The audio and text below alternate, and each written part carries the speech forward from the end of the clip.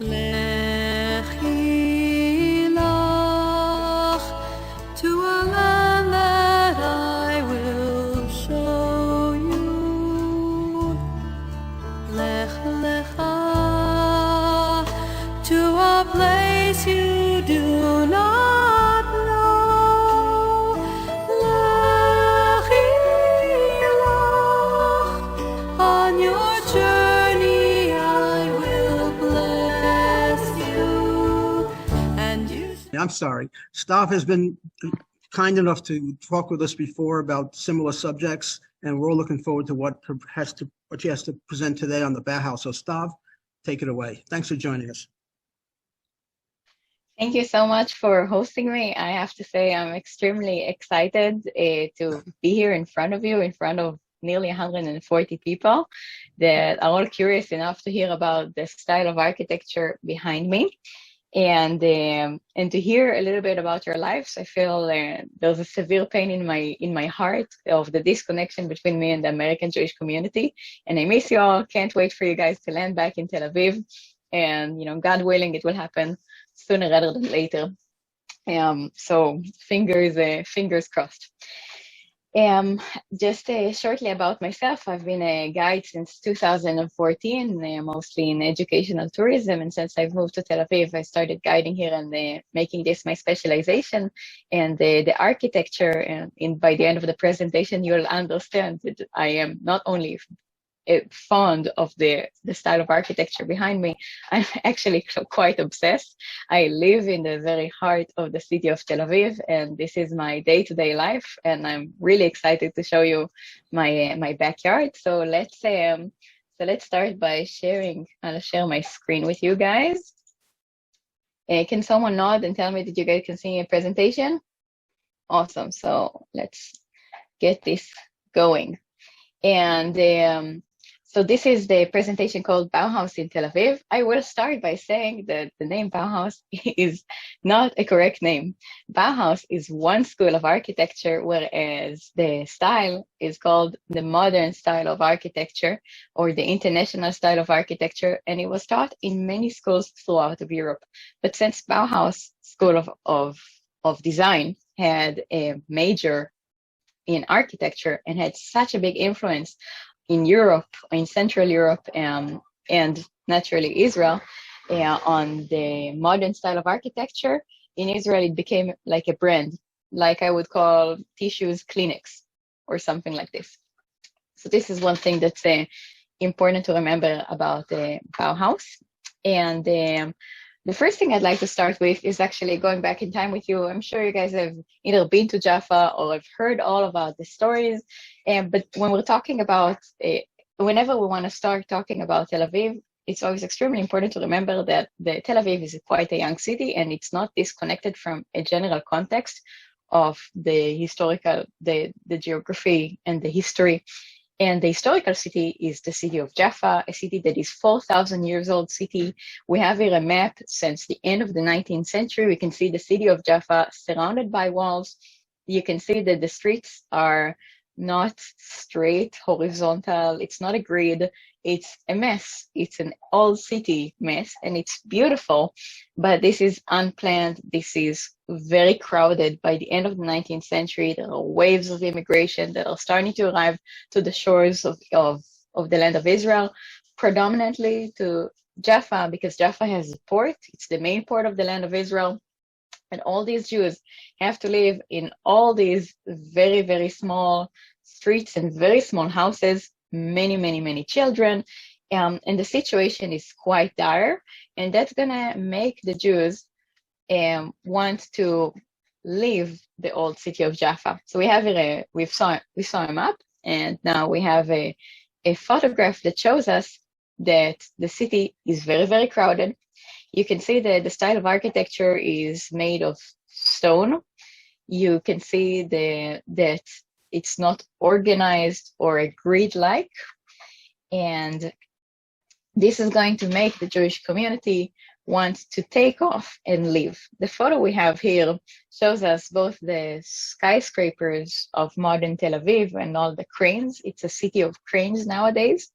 But you can see in the bottom of the picture all of the red roofs. And the red roofs are the neighborhood called Neve Tzedek, the first Jewish neighborhood outside of the city walls of Jaffa, that was established in 1887. And they wanted to improve their lifestyle. So one of the things that they offered for Jews that would accept the offer living in the old city of Jaffa was that in every house you will have an outdoor bathrooms, and in every house you will have a place that you can cook, which in the old city of Jaffa you have to use a pot. You have to use basically I don't know what you call it. I'm potty training my son now, so I don't know what you call it, anything other than a potty, and throw it into the streets. So over here in the Neve Tzedek, lifestyle is high and up, but still there's no city planning, in the sense that whatever was the size of the plot that you got, this was the shape, this would determine the shape of the streets, and there was no architect that was leading the construction. There were people that were builders, but we call this style of architecture, or this style of no architect, a vernacular architecture. And we're going to see now, first on the left, you can see the size of the house. It's quite funny because above the rubbish bin, I'm going to use the laser pointer because it's quite funny. Above the rubbish bin, there is a sign for sale in this building. So I don't know what they mean. In this building, they're going to sell something, unless they're going to sell the whole building, because it's tiny. And you can really see that it's a very, very small house. And you can see the narrow pavements. The influence, if you had a little bit more money than the poor guy on the left, the influence of architecture was Ottoman architecture with the pointy arches to show that you have enough money to invest in decoration and in stained glass. And we can see on the right-hand side, this is a typical street. If you've been to Israel, I'm sure you guys are reminiscing now how beautiful this neighborhood is. And you can see that one house is glued to the next house, and you can see it very well on the left. This is an entrance to a courtyard. The reason that the houses were glued one to another, first of all, there's no city planning, no one is thinking about public areas, but also you want to protect yourself. We just left the city surrounded by walls that gave us a sense of protection, and therefore all of the houses are forming a wall. And there's going to be one way to enter this wall. It's going to be through one of these gates. We close this gate at sunset and we open it again on the sunrise. And no one else has any way to enter this fortification of 4 or 5 houses, let's say. And within the courtyard, you have the laundry and you have the toilets and you have where you have an oven or a stove. But this is the sense of the need to protect oneself. You can see on the right-hand side, you do have balconies, but they're quite small. You can barely fit a table or a chair in there. And this is what characterizes the Neve Tzedek architecture. Now, I mentioned that you have an outdoor toilets, but you don't have running water. And you don't have city planning. And that's what was in the mind of the people that establishes Tel Aviv back then in 1909. They say to themselves, first of all, we want a Hebrew city. The city that's going to be, everyone is going to speak Hebrew. All of the tenants are going to be Hebrew and Jews. And the archives, the bureaucracy, the school system, everything in Hebrew. And also, we want it to be standardized. We don't want the narrow, tiny, little street we've seen earlier. You're now looking at the Rothschild Boulevard. Just look how wide the boulevard is. We're going to see in a moment a street that is not. They have a pump. They have 5 streets that are planned, very wide streets. Each plot owner needs to keep 30% of his plot unbuilt, just for a front yard and for side in the sides. And the idea, there is a concept behind the city. This is going to be a planned city, top to bottom. And so this is what we can see in this photo. And in the background, you can see the boats, and you can see Neve Tzedek and Manshia, which is the Arab neighborhood. But off we go. This is another view of another street called Herzl, quite wide. You can see that there's room for public buildings. So the big, nice building that I want to mention here is a school called Gymnasium Herzliya. This is the school. The style of architecture over here there is an architect, and the architect is using an eclectic style of architecture. He is using influences from Arab palaces. So you can see the keyhole windows over here. You can see the domes that are quite pointy. You can see these two buildings on both sides of the entrance, which are quite similar to the description we have of the temple, that in the entrance to the temple, to the Jewish temple, you have Yachin and Boaz. And actually the tops of these buildings are shaped like an altar. So we have here great many influences. We call this eclectic because they're choosing the best of all worlds, trying to define what a Hebrew Israeli style of architecture is going to be like, which leads us to the 1920s. The 1920s, a great wave of Jews is starting to make their way to the city of Tel Aviv. And this explains to us why the city is going to start being built so wide. The style of architecture that was dominant in the 1920s is a style called eclectic. So what we can see here is one big mess of many styles of architecture. You can see that you have the balcony with the decorations. You can see round windows, but in the background you can see octagonal windows, and there's a lot of details. This was actually a nice casino on the beach, really close to the Opera Tower, for those that remember the Tel Aviv beach. And you can see there's a lot of planning gone into it, a lot of details. It's quite busy on our eyes. The lines that characterizes the picture are vertical. So you look at each of the windows is a vertical line. And this is what sets the rhythm of the building. That's what makes it look so busy, so packed. And as I said, the influences are varied. A lot of times in eclectic style of architecture, you'll have one type of windows, so square windows here, but on the sides, pointy arches that are again an influence of the Arab world. On the top, we have ceramic tiles as a decoration, usually made in the school of Bezalel, which was the art school established in Jerusalem. We have more examples of the eclectic style.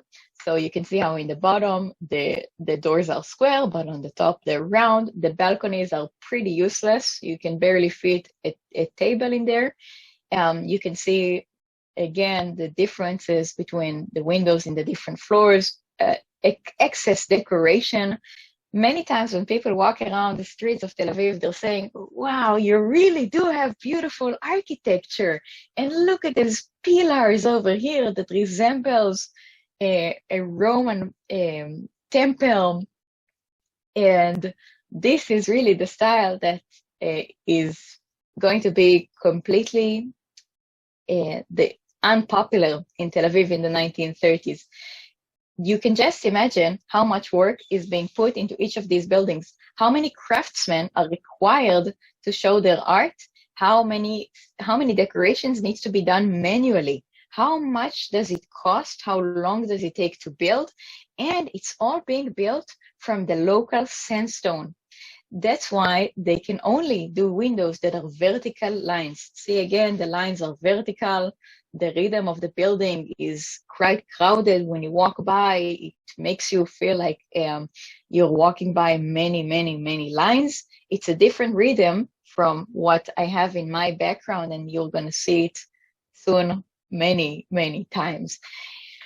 So when we talk about the style of architecture, the decorations are oftentimes quite useless. So the decorations over here in both buildings are a decoration of a castle.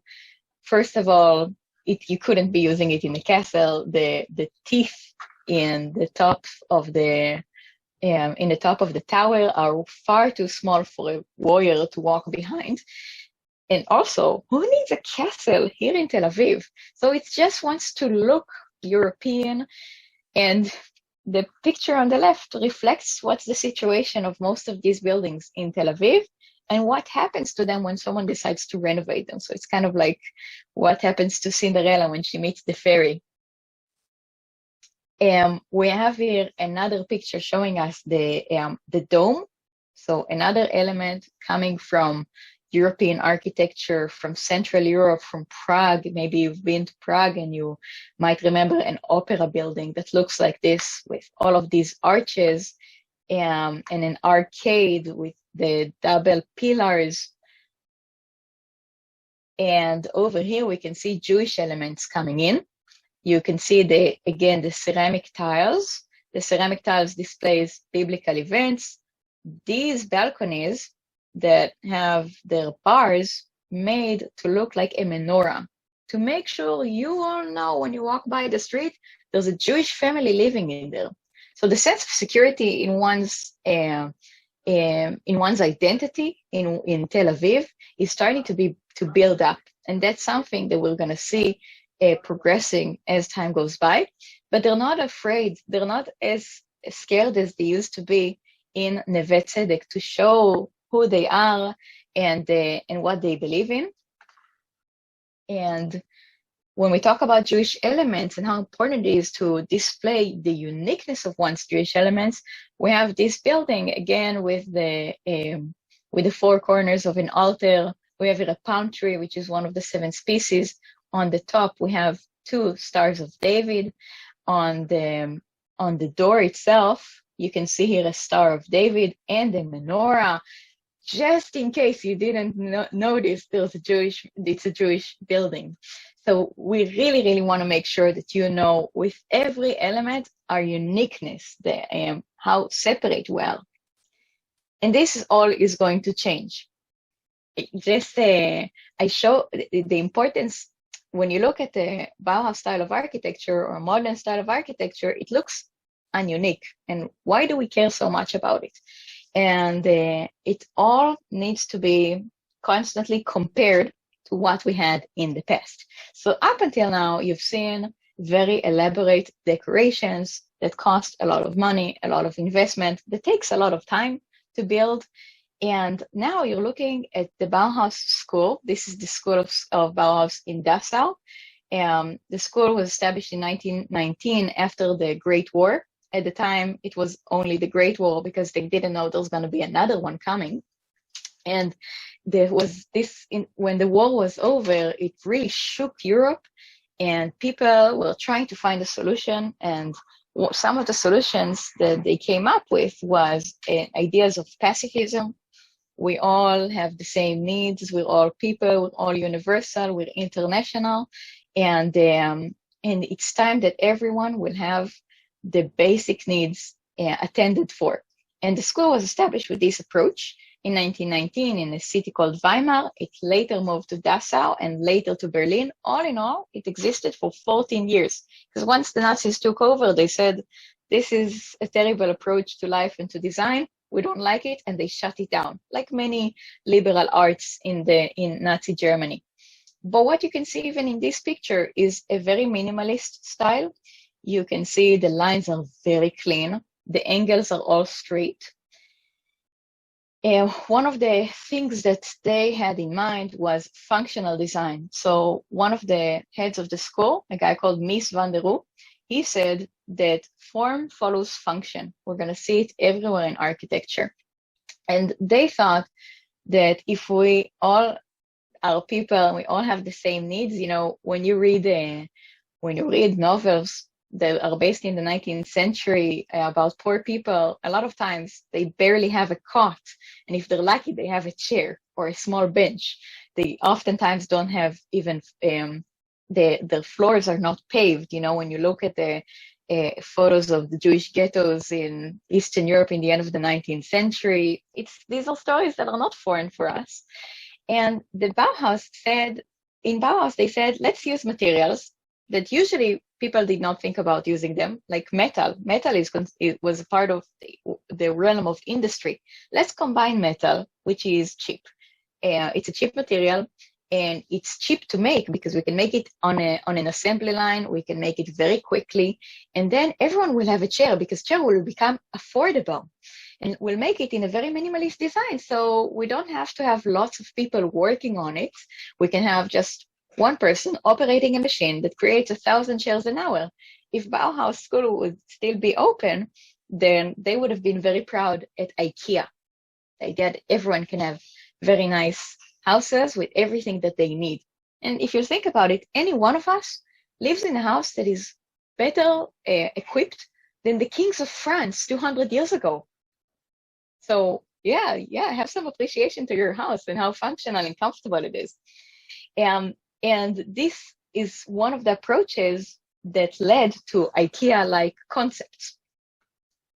And this approach was taught in Europe, not only in the Bauhaus School of Architecture, but as I said, Bauhaus School had very great influence.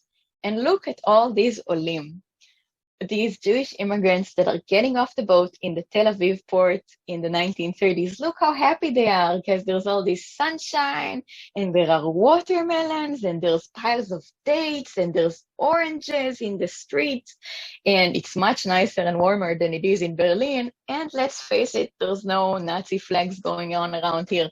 So life is good. And this is a wonderful photo because it was taken in the Tel Aviv port that for 2 years accepted Jewish Aliyah, Jewish immigration.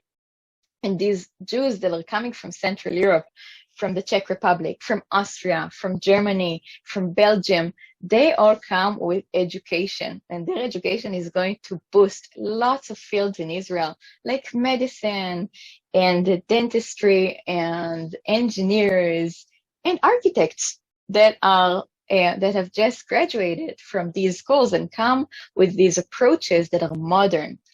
And this is leading us directly to what happened. Where are they going to live? Hey guys, this is my house. Can you see over here, this dot? That's my house. This is the Dizengoff Center. And right next to it is the different Dizengoff Circle. This is a photo of my neighborhood in the 1920s. And these immigrants are facing a reality that the city needs to be built. It starts in 1909 with 60 houses, and it keeps being built one patch after another. In the 1920s, there will be ideas of city planning, but in the 1930s, we're going to have architects. This is the same area 10 years later. Wow. Every time I look at this comparison, it moves me and I get my goosebumps. What we can see here is, first of all, the city planning. I'm not going to touch city planning. Only on this I can talk for an hour. That's how when I said this sentence last time, that's how I got to come over here this time. But I just want to mention there is city planning. There are wide streets. There's an assembly, a place for people to assemble, a place for people to take photographs, a place for people to stroll, to come for women in maternity leave until this very day, like myself, are going here with their stroller and putting their kids on little blankets on the grass. So this place is to create a sense of community. And what we can see architecture-wise is totally different from what we've seen so far. First of all, the rhythm of the building, it's completely horizontal. Yes, there are windows in the background, but the dominant line is the horizontal line. And when you walk by a horizontal line, it's a lot more within the human proportions.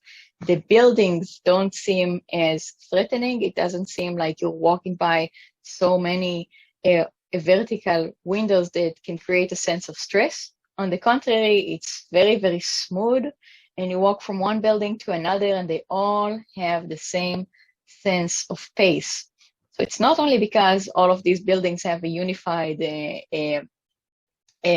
facade that was planned by the woman who planned this entire city square, but you can see it in every other building behind it as well.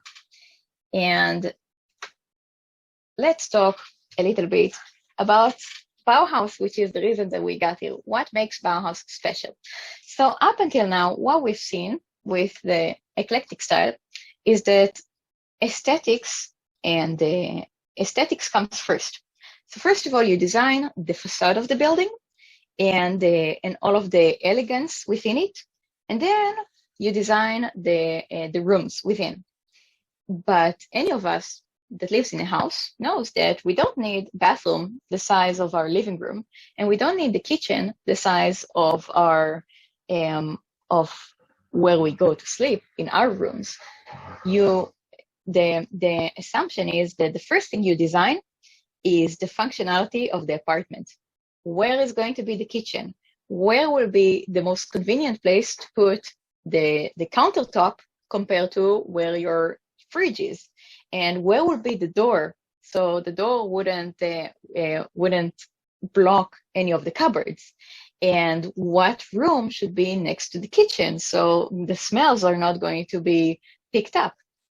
And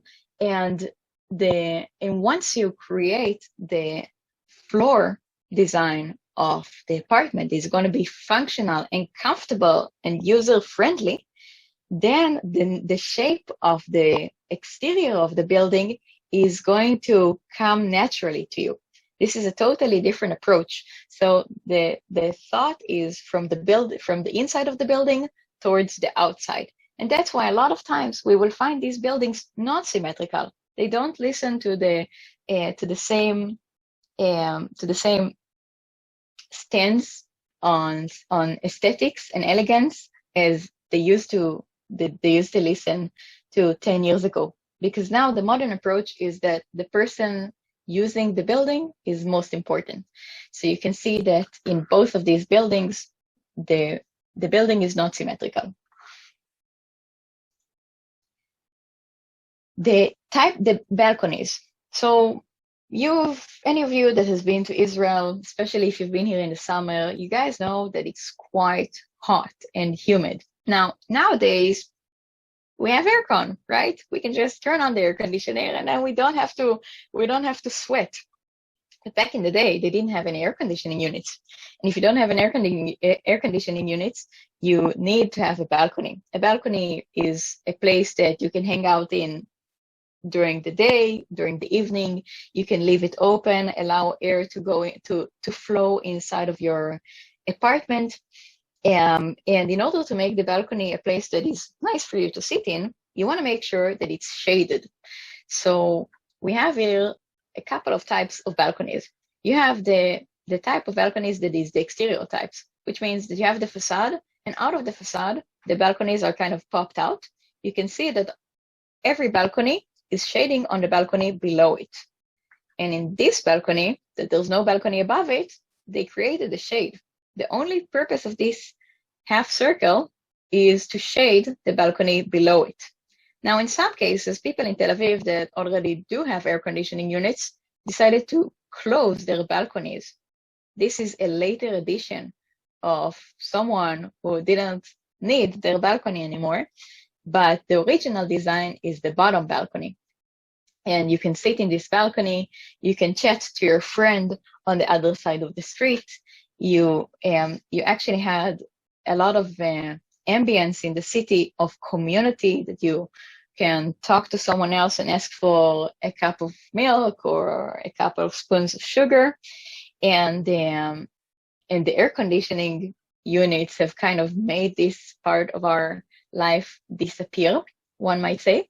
And the other thing that I want to mention about balconies is that nowhere in Europe, nowhere within the Jewish ghettos, nowhere in Neve Tzedek or in Jaffa, people have ever felt so safe. When you have a balcony, you're exposing yourself. You're exposing yourself outside, your body. You're not within a house that protects you. And you create more places for people to go into your house. Anyone can just climb up here. And the the fact that you have so much open space reflects the sense of security that Jews are feeling in a city that they are, for the first time, a majority in. And this is a huge aspect of being a city in which you feel safety and security within your Jewish identity, because you don't have to hide anymore. The other type of balcony we have is the balconies that are interior balconies, which means that you have the line of the facade, and it looks like they kind of carved the balcony into the facade itself. These balconies have a huge advantage because they give you natural shade. So it's very, very pleasant. At no point that you'll sit in your balcony will you be exposed to direct sunlight, which is quite a big enemy here in Tel Aviv summer. And the fact that you have these balconies in this angle carved into the house means you have here a 90 degrees angle. It means that you have another airflow direction. Now, each airflow direction you have in a room, so you have here this window, but you also have the one behind it over here. Each airflow direction increases the airflow not twice, but 2.5 times, which means a room that has three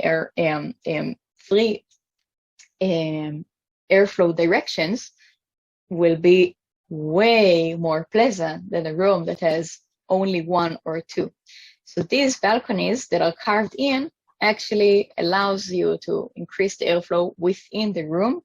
And when we talk about sustainability, air conditioning units are not sustainable. Buildings that are modern, that are covered with glass, are not sustainable. They get really hot very fast.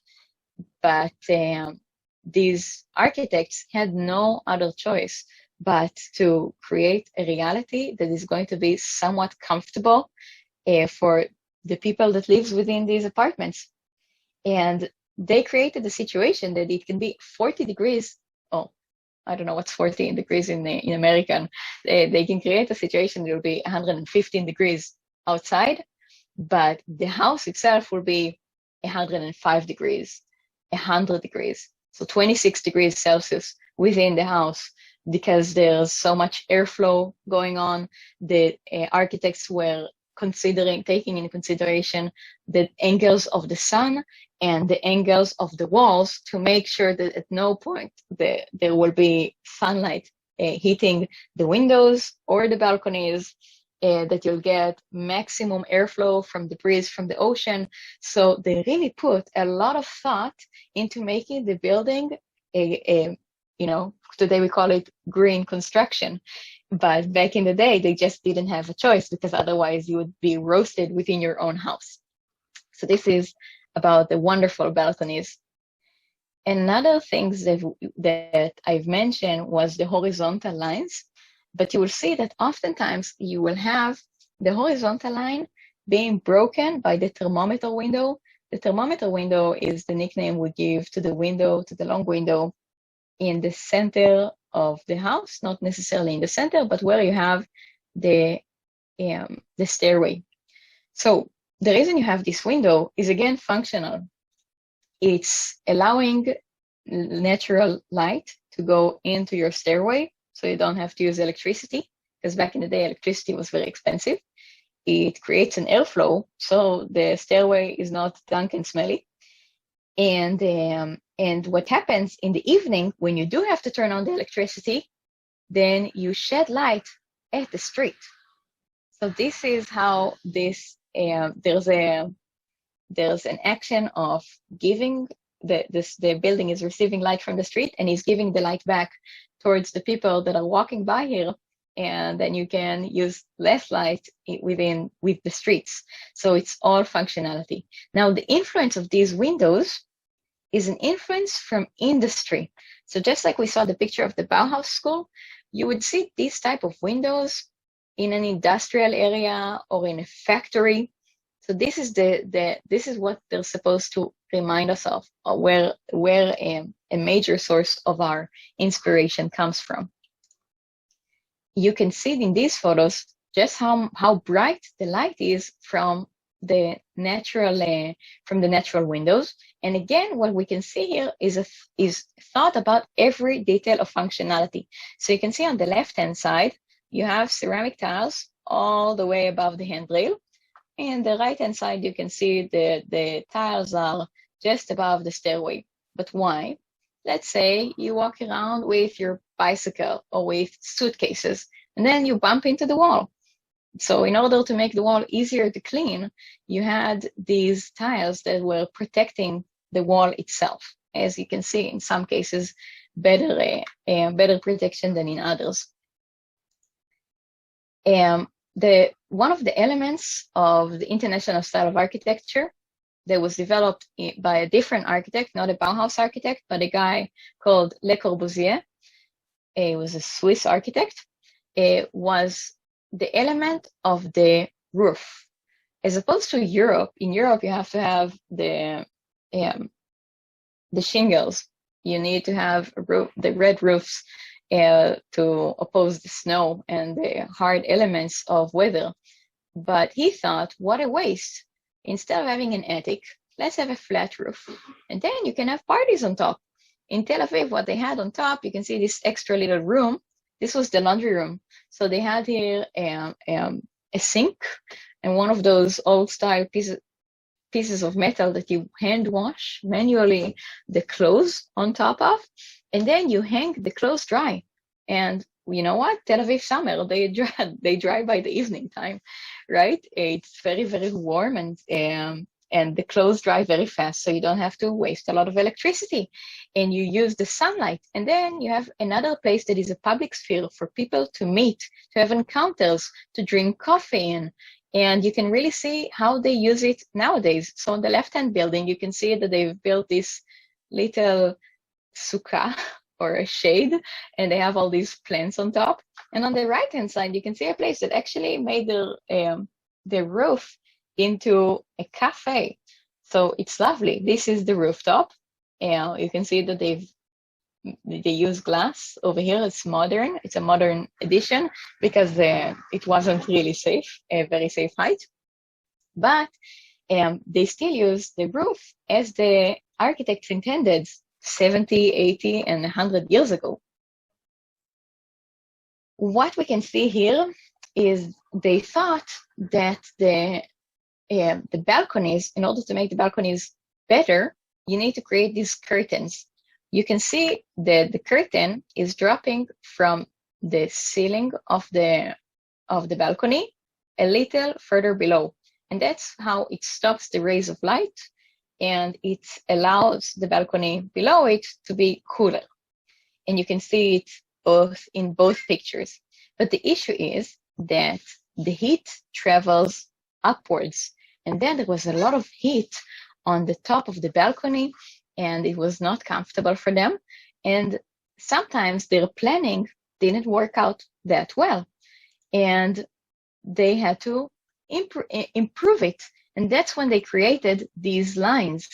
So these lines allow the heat that accumulated in the top of the ceiling to escape, to have breeze coming in, and you have a better air circulation. So these type of buildings were built later in the 30s, rather than sooner as in the buildings that we've seen earlier.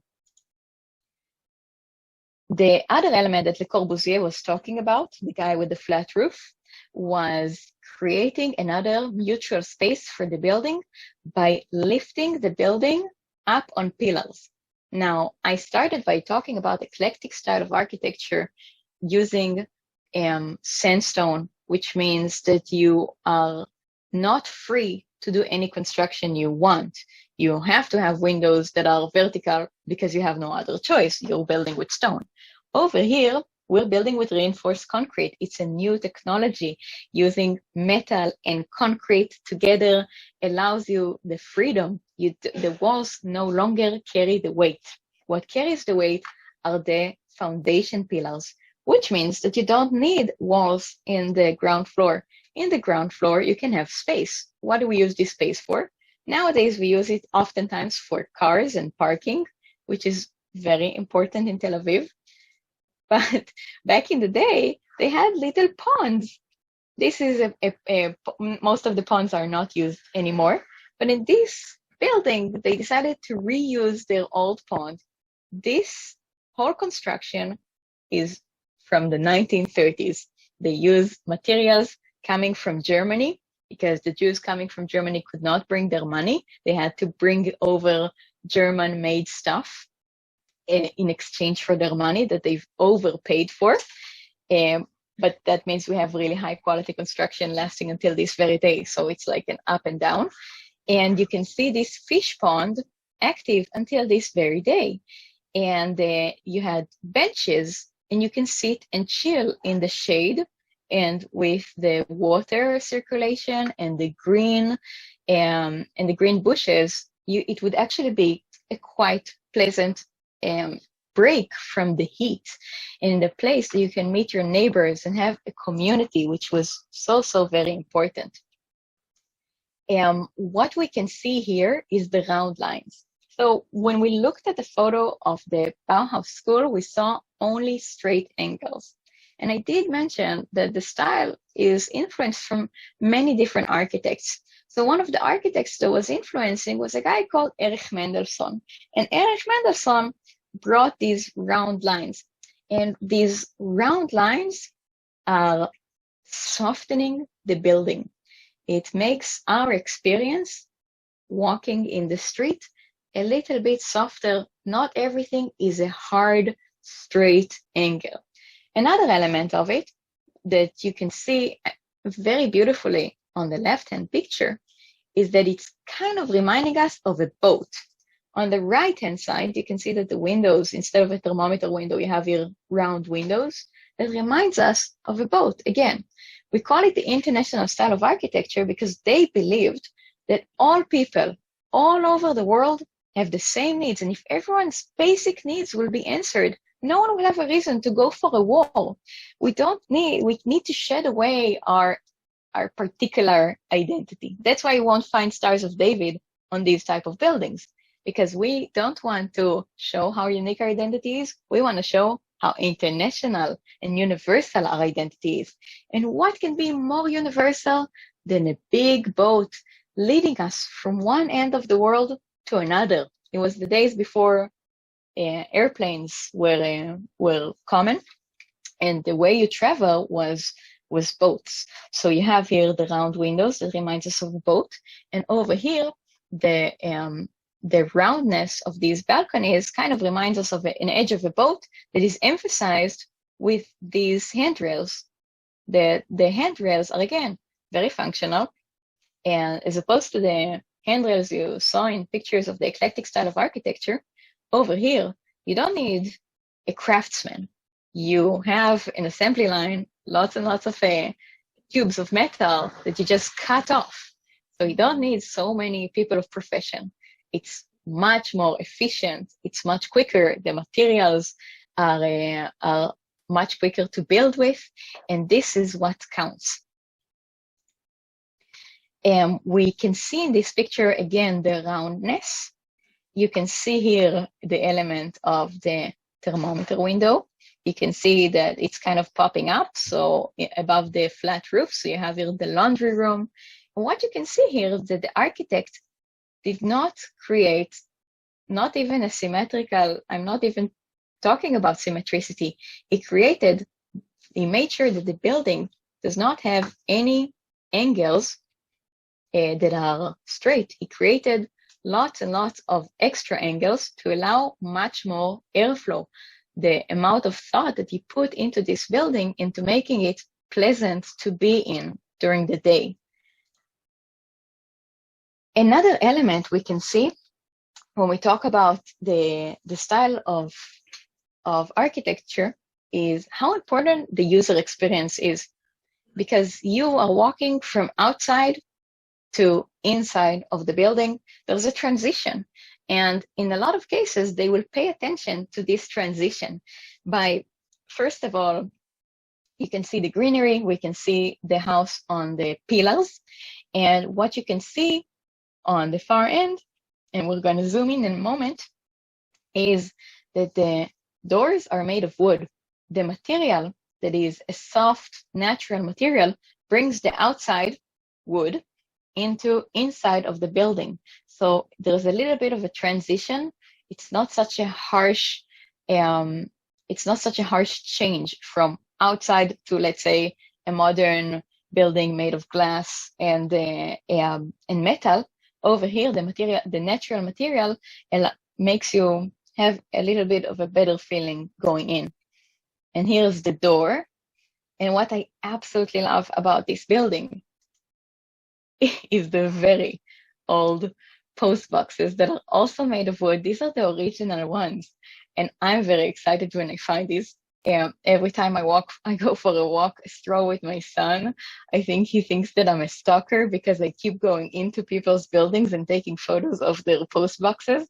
But this is something that really moves me and excites me. And let's take a look at the stairway of this building. Even the rails, not in every building, the rails are going to be made of wood. Just like everything I say, it's not 100%. Not every architect had the same resources and the same ideas. But you can see here that the handrails that are made of wood are kind of softening the sense of modern. It makes it a little bit warmer. Again, you can see that they protect their walls from getting dirty. The lobby, as you've seen, is quite spacious. So you have room to chat with your neighbors.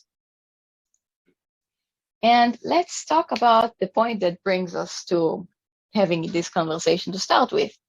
Because some of the buildings you've seen, you must have been asking yourself, is she really showing me this old building? What could possibly be so special about it? But look, the UNESCO World Heritage, the UNESCO decided that Tel Aviv is a World Heritage Center. And we want to ask ourselves why. The style was developed in Europe, mostly Central Europe, Bauhaus and other architects from Switzerland and Belgium. What could possibly be leading the UNESCO, leading Tel Aviv to be the World Heritage Center for international style of architecture? So I took a look at I went to the GIS map of Tel Aviv, and you have lots of options. And the first thing that I was marking was the houses that needs to be preserved. In the 1980s, the city of Tel Aviv decided, okay, up until now, the approach was, let's just knock down everything that's old and shabby and build something new and modern instead of it. And then there was public warning about how could we have done this, and this was such a special, meaningful, historic heritage site. Why did we do it? So they created a list of buildings that needs to be preserved. Well, we can see everything pink needs to be preserved. Over here is Jaffa. And then the next thing I was looking at was the preservation in the neighborhoods. So you can see here the old city of Jaffa, you can see the port, and this is kind of the city center of Tel Aviv, because over here is the area of Neve Tzedek. And then I was able to mark the White City Declaration Zone. And you can see that, first of all, the majority of the pink houses that you've seen earlier are within the White City Declaration Zone. And the second thing you can see is that there's a lot of other houses that did not fit into the White City Declaration Zone. Now, being within the White City Declaration Zone is quite a nightmare for the people that live here, because there's a lot of limitations on construction. And in order to stay on the good books of UNESCO and stay a World Heritage Site, there's a lot of limitations on the city and the people that live here. So I just want to point out what you can see in this photo, this red dot, that's my house. And this is the district of circle that I was pointing at earlier. And what I want to mention is that in Europe, in Western Germany, in Central Europe, in all these places, they would experiment with this new style of architecture. They were experimenting with it outside of the city, because in 1919, all the way until World War II, think about it, the entire World War I was fought in tunnels, not tunnels, but it was fought in batteries. It was fought outside of cities. People were sitting, underground for 4 years. the cities were relatively protected, and that's why the cities are still built. Some of these cities, like, I don't know, Frankfurt, is a city that is like 1500 years old. So the city is built. Where can you fit a new modern style of architecture? In the suburbs. And how many? 1, 2, 5 buildings in a city? Whereas here in Tel Aviv, remember that picture I showed you with all of the sand? You didn't really have a lot of choice. You needed to build a lot and quickly. Eclectic showed itself, and the eclectic houses are more in this area. Eclectic showed itself to be an inefficient style. It was costly, you couldn't fit a lot of people, and it took a lot of time to build it. Whereas when these architects are marching in here with their boats in the 1930s from Central Europe, their offer is so much more attractive, so much more appealing. And you have in the city of Tel Aviv more than 4,000 buildings that are built in the modern style of architecture. So what do we do with all these buildings that are shabby and old? There's a great quote that someone is traveling to the city of Tel Aviv, and he says, they told me the city is white, but I don't see any white city. I only see a gray city. And it's true. The situation of houses within 70, 100 years is changed significantly. Houses that have not been plastered in decades looks not that great, as you can see on the photo on the right. On the other hand, on the picture on the left, you can see the building glued to it and mirroring what change can lead to. So you can see that it was very nicely cleaned. The question is who paid for it. And what we can see, the hint that you have is in the height difference. Remember, I told you that the roof is a public building. It's a public area. It belongs to all of the people of the house. So the municipality can't force the people that live in this building to renovate their house, right? It's private property. So what they do, a constructor will receive the upper floor, and then he's able to build 1 or 2 more floors above it, above the roof. He gets a permission from the municipality, and in return, he renovates the entire building, plasters it, and so on. Now, when you add another floor, then there's a chance that the city will not look so nice anymore, but or will lose its charm. But take a look at this building. This is from the street view. When they added a floor, 2 floors actually, when you're standing in the street, it's unnotable because usually the facade recedes, the facade line recedes. This is a photo, with a much better camera from a very different angle than mine. And you can see that these are the 2 extra floors and the swimming pool they have on the top. But it doesn't affect my experience as a pedestrian walking by. So this is the deal that they've made. And so far it's been working quite nicely. And I can't believe that I just spoke about Bauhaus for an entire hour, so I will stop sharing, and if there's any questions, I'll be more than happy to answer them. So Stav, hi, thank you so much for the presentation. It was fabulous. It was real great, and it was a pleasure to listening to you and looking at all these photos and places, and some of them I know, some of them are, less familiar. And thank you so much, and sorry for being late. I think there are some questions, so yeah, go for it. Okay, so there's someone here who knows a lot more about architecture than me. Harry Schaffer referred to Miss van der Rohe and other architects that were the pioneers of modern style of architecture.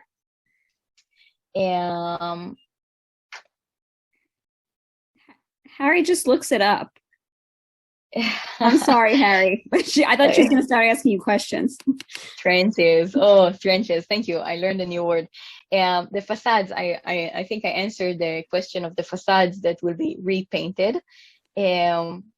Were these buildings originally white? So in some cases they were originally white, in some cases they were kind of beige, but the reason that we call it the white city is because when it was built, as opposed to the eclectic style that was painted in crazy colors, green, red, blue, the white city that was the modern style of architecture was built so fast that you have entire neighborhoods that are brand new buildings within a space of several years, and it makes it look brand new, clean, and white. So the city was referring to itself as a white city, even though in some cases the plaster was beige, because of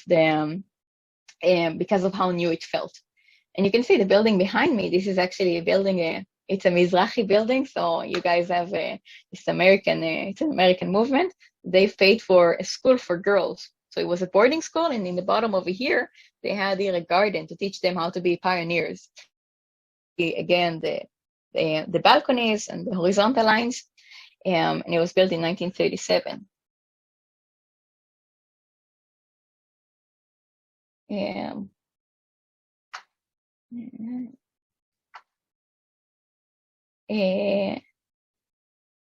Yes, of course. I will share my last contact screen.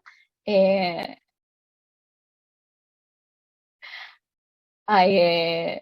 will have a coffee table, but look, guys, it was difficult for me to pick the photos. I have more photos of Bauhaus than I have of my son, so I had to be very, very picky and very focused on this lecture. And this is one of the beautiful things about these buildings. They're inviting people to go in. Wow, there's this bench here, and it's really hot outside, so why don't I just sit on this bench and meet new people? The electric wires, we only just started planting electric wires underground, and it's going to take a couple of years because this is our pace. Yes, there is a Bauhaus Design Museum in Tel Aviv. There are several. One of them is called the Liebling House. It was opened as a collaboration between the state of Germany and the Tel Aviv municipality. I'm actually I'm guiding in the house. So as I said, I'm not only a big fan, and I'm not only fond of the style, I'm quite obsessed. On private homes. What do you mean private? Laos was asking me, would I comment on private homes? What do you mean?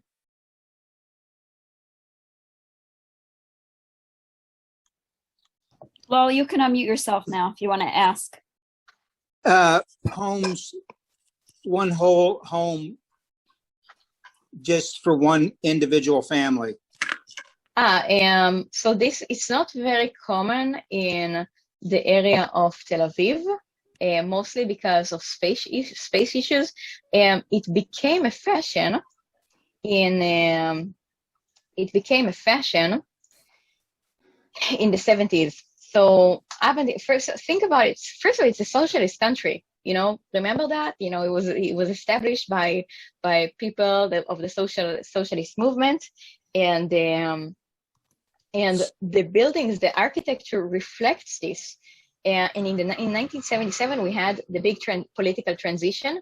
And with the big political transition, politics, it's not only left and right Arabs and Jews. It's also very day-to-day decisions and how to make it easier for you to have a private home that is on your own land. And this was 1977 and onwards that they've made it easier to go suburb, which is kind of like Americanization, relying more on a private car rather than pedestrians. And nowadays, there's this whole issue of traffic. Why do we have so much traffic issues? Because there's all these suburbs that are not well enough connected to public transportation, and you can't be a pedestrian. So there's a big discourse on urbanism nowadays.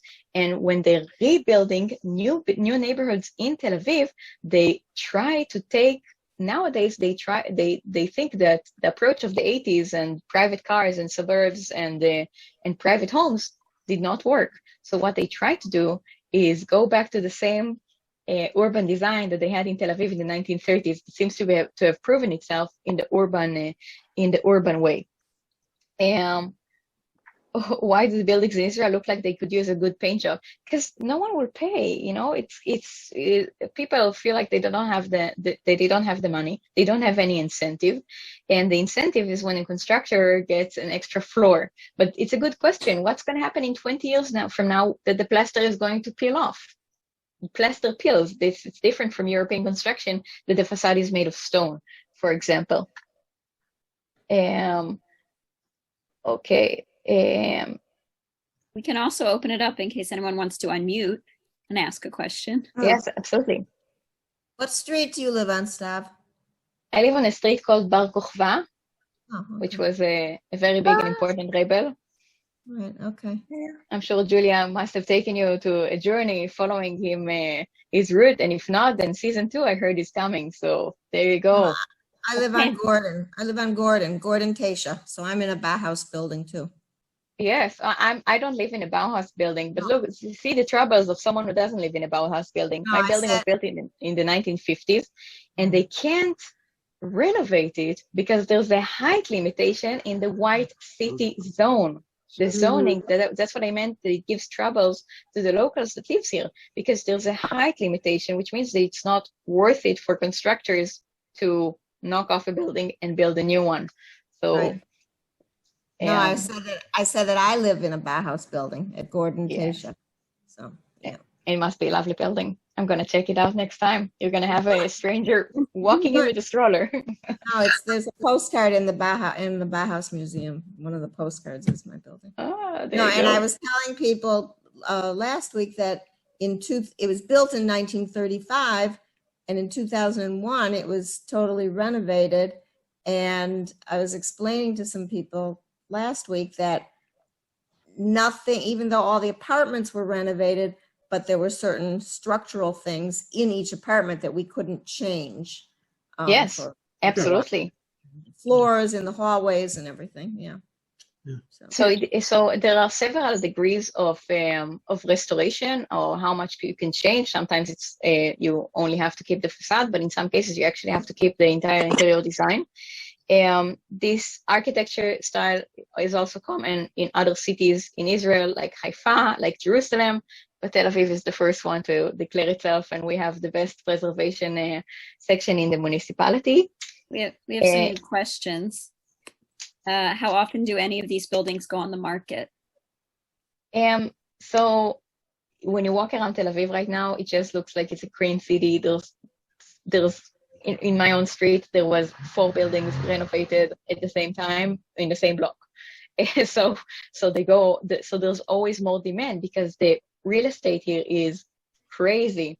I was just guiding a tour of Olot Chadashot, new immigrants, and they were all complaining about the prices of living here. They don't want to live in Kfar Saba, they don't want to live in Ra'anana, they want to live here because it's English speaking and good vibes, but they can't afford 5 million shekels for an apartment. Instead of plaster, is there something more durable to apply? So it's a good question. That's one of the issues they have here. They use plaster because it's white, because it was cheap, but now they have an issue with it. So in some cases they try to cover it. The new buildings they try to cover with cement tiles, but it's just not the same as a building with stone as you are in Europe, and that's why you have to, even in the buildings that are most newly freshly painted, you already have cracks in the plaster within one winter. So it's one of the issues they have here. Wow. Next question, is this architecture in other cities in Israel as well? Yes, so as I mentioned, Haifa, Jerusalem, but in Haifa I only have the preservation section of the municipality has only 1 architect, and in Israel, in Tel Aviv, you have 12. So when every building that you want to renovate, for example, in Gordon number 9 where Pamela lives, then you have a line of architects that are going to defend the original shape and ambience of the building and not turn it to be a modern monster. You may have mentioned this with 5 million shekels, but Philip asks, what's the average price for these Bauhaus style apartments? Wow, more than 5 million, I would say. I don't know. I would say 5 million shekels would be an average for like 3-bedroom apartment, which is 1 living room and 2 bedrooms. It can go much higher. These apartments are oftentimes not for sale, so you have to rent them, and renting them would be about 10,000, 12,000 shekels a month or so. Wow. This is an interesting question. Lynn says, I was told that some of the buildings have balconies that do not line up so that the religious Jews can make Sukkot there. So this is the architects that are designing for Haredi neighborhoods will have balconies that are going to be staggered, like a V shape, and in order for them to have sukkot. This is not an issue that the secular socialist Jews that lived in Tel Aviv in the 1930s, as you can see behind me, really thought through. Plus, they had all this space that they didn't think that they're going to need for parking. They had the space on the roof. They had the mutual space on the in the front yard that they are forced by the municipality to keep as a front yard, and you can't build on the line of the street. It's not like Europe that you walk by a block. The block and the street are glued. Over here, you have a yard in the middle. Isn't plaster and stucco the same on the outside of buildings? They use it for different things. Stucco, for the best of my knowledge, is it's a decorative element. So they use it to kind of they mold it. It's kind of like creating a not a statue, but 3D type of decoration. And you have it in other fancy buildings from the Mediterranean area, like Arab Spain and the other Arab decorations that were very, very common here in like the medievals. But plaster, it's a lot of times very basic plaster. In some of the Bauhaus style like buildings, they were using Germany-made plaster, so that makes renovation much harder because they actually have to use the same blend of plaster. I'm so sorry, my cat cannot handle it. No, we love it. And you have to go to the manufacturer in Berlin and ask him, do you still make this blend of plaster? And in order to renovate a building, you actually have to use the same blend of plaster. Otherwise, you can't renovate it. Wait. It's crazy. Lenny asks, what is the ownership mode of the residences? Does one entity own the building and rent apartments, or do families own their individual units? So families own their individual, it depends. In some cases, let's say a rich family came here from Germany in the 1930s, they purchased the land, they build the entire building, they rent out 5 apartments, and they lived in the 6th one. You do have these cases sometimes in Tel Aviv, but it would be mostly, let's say, newer real estate market movement, because most of these old people that died, 40 years ago, they left the building to all their kids, and each kid got an apartment, and everyone did their own thing with it. And that oftentimes also makes the situation of a renovation complicated, because maybe not all the residents wants to put the money. They don't want to have a renovation going on in their building. Maybe they're just stubborn. Maybe they're just crazy. I have a lot of crazy neighbors, so I wouldn't be surprised. In addition to giving us a fact, as usual, Harry asked a question. He said, first the fact, 5 million Israeli new shekel equals $1,533,427.15 in the US. How do people afford it? Is it easy to get a mortgage? Okay, so in order to take a mortgage, you need 40% of the initial capital. So make the calculation yourself. Wow. Awful. I wouldn't be able to afford buying an apartment in Tel Aviv. But I just read that Israel has the 2nd largest concentration of billionaires per capita, second only to the US. So there you go. You have rich Jews coming from France, and you have rich Jews coming from America, and you have someone whose life is in the real estate market, and they buy an entire building. As I said, new movements of the market are to buy real estate. But regular middle class people, they don't have help from their parents. It will be very difficult to buy an apartment in the city center of Tel Aviv. They would have to go farther out. And yes, mortgages are for 30 years. And some people that are working in like startups and this type of IT, fintech, if both the husband and the wife work really, really hard, they're able to pay the mortgage eventually. But you have to have a lot of help from your parents. How do the annual taxes look for the properties? It depends how many properties you have. Just one. So So the taxes you'll be paying for just one property would be only the municipality tax, to the best of my knowledge, and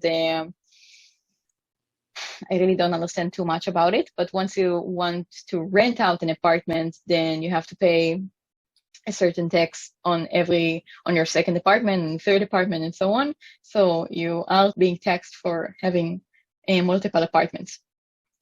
You talked about the renovations that were being done on the outsides of buildings. I have friends who were living in stone buildings in Florence and Genoa, and they combined two apartments when they had their families. Do they do the same sorts of things for these apartments? It seems like it'd be very, very expensive to do that, but I didn't know. It's just the opposite. Ah, They take had these large nice apartments at the beginning. Okay. Yeah, they knew how to live. As I said, the Bauhaus School was a socialist school, but there was a lot of architects and there was a lot of bourgeois Jews, middle class Jews that were living in very, very nice apartment buildings, and they were influenced, as I said, from other architects, and they had large, spacious apartments. And what they do today, and it's quite illegal and quite awful, is that they divide the apartments for sometimes 3 mini micro apartments for young single or 2 roommates or one single young person who young people also needs to live in the city, and they can't afford paying for a nice 4-bedroom apartments. So the process is exactly the opposite of what you described. I see probably the most important question of this whole thing, which is, does your cat understand Hebrew, coming from David Harris? The cat understands meow, and that's an international language right there. And more important, my son understands meows as well. My son is nearly 2 years old, so they communicate.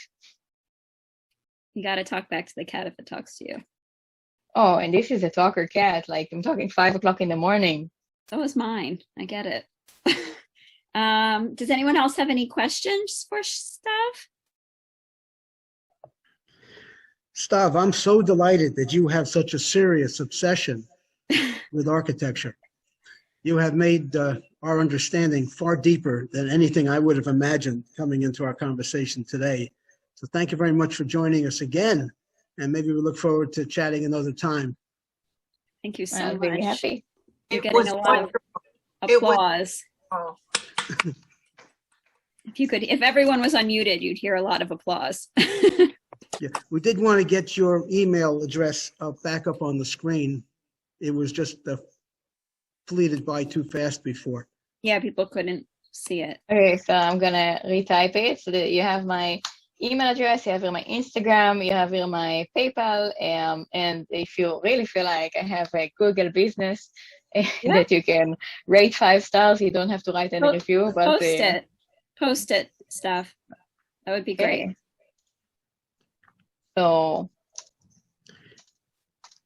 a personal question. yes. Is Stav your first name complete, or is that in short? So Stav means autumn in Hebrew. Guess what season I was born in? No clue. I know. Very original of my parents. Ooh, Well, that explains your obsession. I think it might be Pam. No. Someone's talking and it sounds like a chipmunk, so I'm just going to mute people. Okay. Stav, Yes. historically in the Americas, back in the 1700s, people were named after diseases. So it would be nothing to have a child named cholera or diphtheria. So I should consider myself lucky, is what you're saying. That is a beautiful name, Stav. And it is what it is. You get used to a name. But in Israel, you have a lot of jokes of stuff. Why not spring? Why not winter? It's summer now. People's sense of humor is not very sophisticated. You're putting it in the chat, right, Stav? What? My You said you were going to put your mailing address or what the business profile. You just said you were going to put that in the chat. Yes, Yeah, I did, didn't I? Better if you put that on the screen. I do not see it. Yeah. It's not there for everyone. You may have messaged somebody Oh, privately that okay. information. Yes, I can see that. It's not in the chat. Now that's There we one go. long link. Now it's just one big link. Do you have Yeah. the information that you had on your final? Yes. There we go. So the information I had on my final Right. Slide. Yeah. slide is over here. You have my email, my Instagram, and my PayPal. Above it, the link is Great. for my Google, and that's if you have But another here- minute to Do- rate it. Yeah, do a screen share, please. What, Steve? Do a screen share of that information. She Okay. put it already in all in the chat. I know, but it doesn't show up in the recording if it's on the chat. Okay. Right. Nice. And then Mark I see. pointed out that Travelocity on Facebook, Stav is 5 stars, and sometimes her last name is misspelled. That's Yes, good. sometimes it's misspelled because my last name is Shachaf, which Right. is not a consonant existing in the English language. So Right. oftentimes it's spelled with a CH, which is not representative of my last name. Right. And Shachaf means a seagull. Seagull. A nature name, just like mine. So see, you're learning a lot of new Hebrew as well as learning about Bauhaus style of architecture and Tel Aviv history. Wonderful. Perfect. Okay, so Great. on season Right. 2, we're gonna talk about city planning. We don't Sure. This is like You the also passionate dorkiest. about city planning? Yes, this is the second half of the declaration of UNESCO, city planning of Tel Aviv. Perfect. But I only had 1 hour. That's yes. Well, you held on to about 190 something sign-ons for over an hour. I I'm would say so that's happy. pretty good. I didn't look at the number while I was Yeah. talking. We had over 200 people on, so Yes. that's a testament to how much people were enjoying your talk. And are interested in your topics. Definitely. Mhm. Right. Yeah, people here see Yeah. Bauhaus and they go nuts. They get really excited. Absolutely Me too. fantastic speak. Is your Thank you. phone number the WhatsApp number or not? I think she put the information that of how Right, you but can contact in- her. But the 972-544-729-082, is that your WhatsApp number? That's right. That is Thank my you. WhatsApp number. Okay. And I've just posted it on the chat for everyone as Okay. well. I didn't know if you'd want it out there. That's why. Well, it's actually on my Instagram. It's Okay. privacy. I don't need privacy. I was you gonna know. say don't stalk her, okay? Just if you want to talk. So you were asking what my address was, weren't you? And your I'm favorite gonna have color. 190 people tomorrow. Oh my goodness. It'll be for Right. breakfast. Well, and we already know what color is your cat. So, we The know best pretty color. much. Yeah, we don't know the name, but we just see the color. Stav, thank you so much. It was really great. And I don't know who was better. Was it you or Tel Aviv or Bauhaus or just a combination? I guess that was you. So thank you so much for doing it again for us. And thank you all for saying all these warm words to Stav. And again, I'm sorry for being late today. So if you have no further questions for Shachaf, so we will let her go to sleep, when you have a baby. So you always have not enough sleep. I don't know if you remember. I can still remember. And תודה רבה ולילה טוב. Laila Tov, friends, and I'll see you. We always say the next year in Jerusalem, but now I say next year in Tel Aviv. Get in touch and come over here, and I'll be happy to see you. Laila Amen. Tov stuff. תודה. Bye. תודה רבה. רבה. Laila Tov. תודה. להתראות. Bye bye, להתראות. Not sure who sounds like a Julia, you want to make some comments on the next episodes? Yeah, I would just like to say that, as you already know, we are almost in the end of season 1, and I already feel weird. You know, I don't know what I'm going to do every Tuesday and Thursday. I will have to find another occupation. I hope to see asleep. Yeah, well, maybe. Anyhow, I would like to invite you to our last virtual tour for the season, at least. The day after tomorrow, we are going to have Along the Lebanese Border Part 2. So those of you who've been to Part 1, you remember that we were driving from Rosh Hanikra to Mount Adir. And the day after tomorrow, we will keep driving east and north. So we will be driving from almost Haradir, from Bar'am, all the way to Metula. So that's what we're going to do the day after tomorrow. It's a long drive. It's a fascinating drive. We will see Lebanon. We will see Israel. We will look east and west, and we will see so many different things along the way. And then next week, we have our last and final presentation, and that will be about King David, about the recent and one of the most striking debates of archaeology today.